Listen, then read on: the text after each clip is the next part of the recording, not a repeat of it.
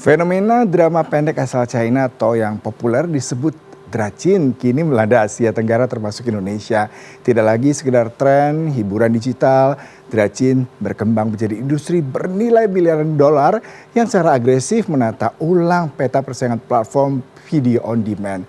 Kehadirannya pun tidak lagi sebatas tren iseng, melainkan sebuah mesin bisnis triliunan rupiah yang sangat cerdas. Nah, kami akan membedanya dari sisi di balik booming drama Cina atau Dracin.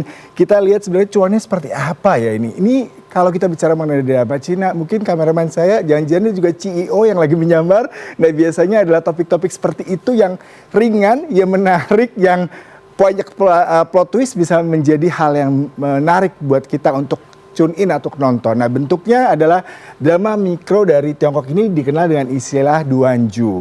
Nah, drama ini biasanya durasinya singkat sekitar 90 detik hingga 2 menit, tidak panjang saudara-saudara. Dan yang menarik adalah bagaimana formatnya ini dibentuk dengan konsep 9:16. Jadi sangat sesuai dengan bagaimana kita menggunakan cellphone kita untuk melihat drama Cina ini sehingga sangat menarik, bisa dilihat dan ditonton di mana saja ketika kita melakukan mobilitas dengan telepon kita bisa melihat nih. Dengan durasi 2 menit maksimal, kita bisa mendapatkan cerita-cerita yang sangat menarik seperti tadi ya, CEO yang menyamar jadi saya mungkin ataupun menjadi Anda sebenarnya. Nah, kemudian yang menarik adalah cerita dikemas singkat seperti saya katakan tadi, sekitar durasi 90 detik hingga 2 menit, kemudian penuh kejutan atau plot twist dan juga menarik dari sisi bagaimana sekarang mereka menggunakan AI. Kalau kita melihat drama Cina ini menggunakan AI untuk teknologi ahli bahasanya, kita bisa melihat tokoh-tokoh ini hanya ilustrasi ya saudara-saudara, karena saya yakin Anda lebih mengenal tokoh-tokoh dari drama Cina dibandingin saya yang mungkin baru mengenalnya beberapa hari terakhir ini.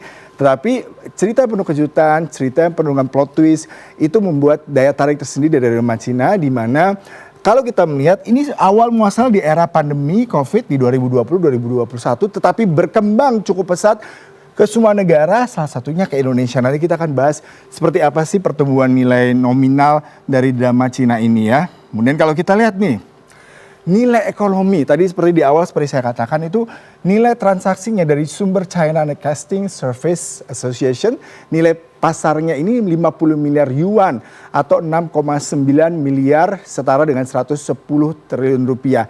Angka ini sebenarnya cost productionnya sekitar 400 ribu hingga 600 ribu US dollar, tapi dengan menggunakan beberapa platform digital dan juga bisa diunduh, mereka bisa mendapatkan keuntungan sebesar ini. Nah, beberapa pemain platform yang cukup misalkan menarik, mungkin saya bisa bacakan ya. Ini seperti yang saya dapatkan dari Redfruit, ByteDance, WeChat, dan Sikfan. Ini adalah 3 pemain utamanya. Kemudian juga kita bisa melihat bagaimana mereka menggunakan platform seperti Drama Box, kemudian Drama Wave, sehingga kita bisa mengakses. Dan biasanya strateginya adalah mereka pertama gratis dulu nih, tapi untuk episode berikutnya kita berlangganan dan membayar. Nggak heran nih kalau kita lihat ya, nilai mikronya mencari tahun, kita akan kembali ke sini dulu. Kita melihat sebenarnya nilai mikronya di tahun 2021 hanya 500 juta US dollar. Tapi bayangkan aja, dalam 3 tahun nilai pertumbuhannya mencapai 7 miliar. Karena tadi ya penduduk dunia dan yang menonton itu sudah mencapai 830 juta orang. Jumlah yang cukup dominan dan cukup besar, dan ternyata ini data yang bisa saya sedikit berikan.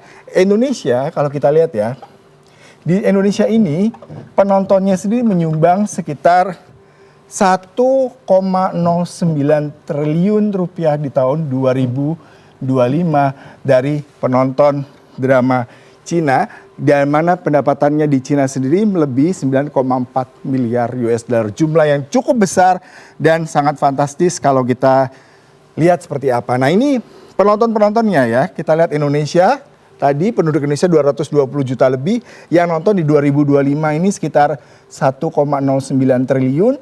Kemudian pastinya China sebagai produsen, kemudian Amerika Serikat, dan Jepang. Jadi kalau kita bicara bahwasanya pertumbuhan dari drama Cina ini bukan sekedar industri hiburan, tetapi juga perputaran ekonomi, tetapi juga bagaimana penetrasi budaya bisa menjadikan drama hiburan Cina ini tidak hanya sekedar bertumbuh dari sisi ekonomi, tapi juga memberikan hiburan dan juga transformasi teknologi dan juga budaya dari Cina ke sejumlah negara lain di dunia.